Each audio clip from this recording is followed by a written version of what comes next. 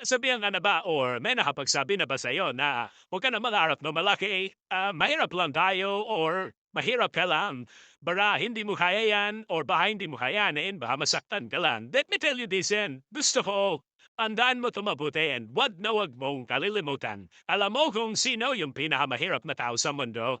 Hindi yung taong walang pera, kundi yung taong walang pangarap. Kasi libre na nga, tinitipid pa. Kung mananarap ka, lakihan mo na ng sobra.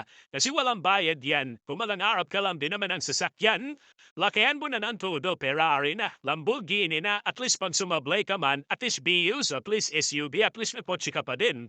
Kesa mananarap ka ng motor, ipan mo sumablay ka, di bike na lang yan. Kung mananarap ka ng bahay, mansion na, building na, at least pag sumablay ka man, at least may bahay ka talaga. Lakihan mo na ng todo yung pangarap mo. Kasi pag nilakihan mo ng todo yung pangarap mo, or naging dreamer ka, mas magsisipag ka, mas magiging risk taker ka, mas magiging action taker ka, mas lalaki ang chance mo na mahuga yung mga pangarap mo sa buhay. Lahat man nakikita natin sa paligid natin, lahat yan nag-umpisa lang din sa simpleng pangarap.